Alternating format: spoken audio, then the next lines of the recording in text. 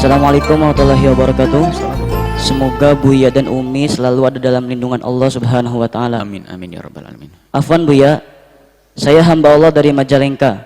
Mau tanya Buya, kalau ada orang yang mau ngasih beras fidyah sebanyak 1 ton mau dikasihkan ke pondok, yang jadi masalah lokasinya tidak memungkinkan untuk diambil karena kondisi yang sekarang, boleh atau tidak Buya kalau diuangkan lalu dibelikan beras lagi, atau harus seperti bagaimana Buya?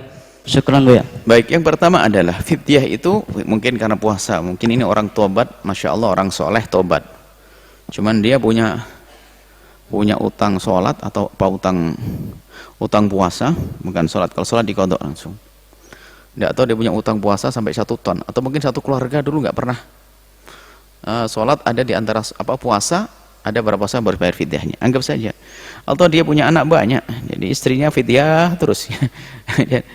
Maka ini jika fidyah, maka uang fidyah itu diberikan kepada fakir dan miskin, tidak boleh diberikan kepada selain daripada fakir dan miskin. Maka bukan untuk pondok, anak pondok banyak, anaknya orang-orang kaya banyak, nggak boleh untuk pondok, dan juga tidak boleh untuk santri, kecuali santri fakir baru. Kalau untuk santri enggak. Zakat pun juga tidak boleh untuk santri, untuk ustadz nggak boleh, kecuali ustadznya atau santrinya fakir. Makanya di pondok ini dia menerima zakat, pembangunan pondok tidak ada dari zakat, zakat tidak boleh untuk bangunan masjid dan sebagainya. Termasuk dalamnya adalah fidyah, nggak boleh. Pondok tidak menerima fidyah, artinya maksudnya fidyah tidak bisa dibagikan kepada anak santri, karena tidak semua anak santri adalah fakir. Tapi kalau memang ada beberapa anak santri yang fakir, ya, anak santri yang fakir, maka bisa dipilah dengan catatan waktu memilah itu ya benar. Maka kalau fakir dia berhak bisa mendapatkan zakat, mendapatkan membayar, menerima fidyah tersebut. Jadi kalau memang seandainya itu ada pondok Al-Bahjah, nggak usahlah diterima kalau untuk pondok. Tapi kalau pesantren Al-Bahjah diamanati fidyah tersebut untuk dibagikan kepada fakir miskin, ya bisa saja seperti Al-Bahjah ada rekening zakat untuk dibagikan kepada fakir miskin dan orang yang berhak. Baik, anggap saja betul pondok itu pondok orang fakir semuanya, kebetulan memang fakir-fakir semuanya di dalamnya, atau memang ini akan dibagikan, diamanatkan kepada orang ngurusi pondok agar membagikan fidyah kepada orang fakir yang ada di kiri kanan pondok pesantren. Baik, kalau memang seperti itu bagaimana? Ya fidyah adalah dari makanan pokok seperti zakat fitrah, persis kasusnya fitrah. Fidyah yang dibayarkan sama dengan zakat fitrah, hanya bedanya kalau zakat fitrah itu 1 sok', kalau fidyah itu 1/4 daripada 1 sok', 1 mud. Jadi 1 zakat fitrah dipakai untuk 4 fidyah. Nah, kalau fidyah itu harus makanan pokok tersebut, tidak bisa diganti dengan uang. Seperti zakat fitrah nggak bisa diganti uang, kecuali itu tadi zakat fitrah di dalam mazhab Imam Abu Hanifah radhiyallahu ta'ala anhu, jika didukung oleh keadaan untuk mengganti. Misalnya hari ini kita menghindari kerumunan kan kerepotan dalam membagi, maka zakat fitrah Al-Bahjah kita ikut mazhab Abu Hanifah diganti dengan uang demi kemudahan di dalam menyalurkannya, karena kebetulan santrinya di pondok semuanya jadi lumayan banyak, jadi biar nggak ribet maka dibungkus uang langsung disampaikan kepada yang berhak, sehingga tidak banyak berinteraksi kita dengan orang di luar. Nah, termasuk fidyah bisa saja diberlakukan semacam ini. Tapi kalau ternyata fidyahnya tidak banyak, misalnya Anda ingin membayarkan fidyah dan mudah membagikannya, ini kalau jumlah banyak kan khawatir ingin baginya bagaimana, diganti dengan uang boleh. Tapi kalau seandainya masih diganti dengan beras, caranya ini, ya mungkin transfer saja uang, saya akan transfer uang, saya akan bayar fidyah saya transfer uang senilai 1 ton. Setelah itu dari orang yang kita transfer uang tadi, dia membelikan beras 1 ton. Dia akan telepon, ya sudah saya beli beras 1 ton. Diapain? Ya sudah, saya amanatkan kepadamu untuk membagi. Boleh, nggak harus dikirim berasnya. Biaya truknya juga sayang dong.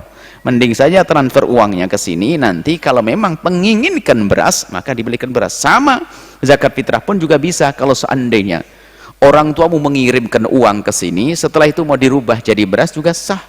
Dari uang kita belikan beras, nanti kalian niat masing-masing, sah-sah saja.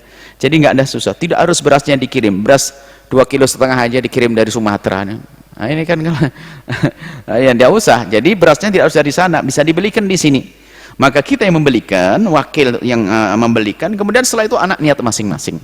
Adapun fidyah bisa saja dari pihak orang yang membayar fidyah menelpon kepada Anda yang bertanya, mungkin Anda ingin membagikan, maka telepon, tolong Mbak Haji, saya akan bayar fidyah sebesar 1 ton. Saya kirim uang kepadamu, kalau sudah beli beres beras, tolong kasih tahu saya dan tolong setelah itu bagikan. Nah, itu sah. Tinggal dibelikan beras kemudian dibagikan kepada fakir dan miskin, seperti itu. Wallahu a'lam bissawab.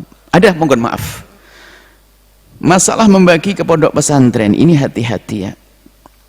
Makanya di sini, di pondok ini tidak nerima, kita tidak boleh anak-anak kita anggap di sini anak fakir, tidak kita fakir-fakirkan. Orang fakir dan kaya sama makannya, nggak ada yang kurang. Termasuk anak yatim tidak kita yatim-yatimkan. Maka di sini di Al-Bahjah tidak nerima dana untuk anak yatim. Sebab kalau dana untuk anak yatim bingung, harus anak yatim yang menerima, nggak boleh dimakan yang bukan yatim. Nah, nanti kalau kita hanya memberi kepada anak yatim, yang lain namanya anak kecil nggak ngerti. Misalnya anaknya adalah, misalnya ada 2.000 anak-anak kecil. Anak kecil 2.000. Kemudian anak yatimnya 300.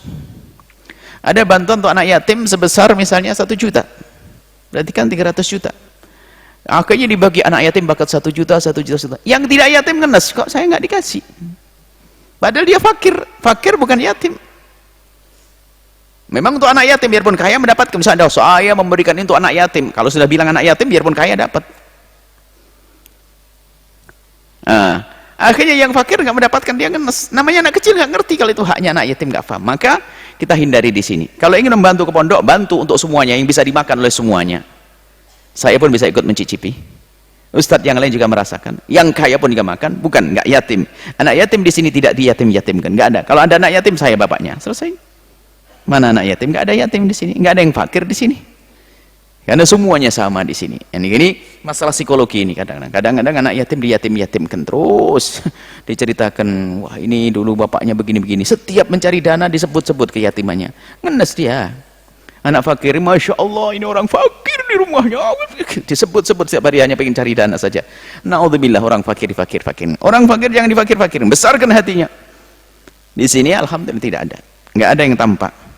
Yang kaya dengan ketawaduannya, yang fakir pun tidak akan terpuruk.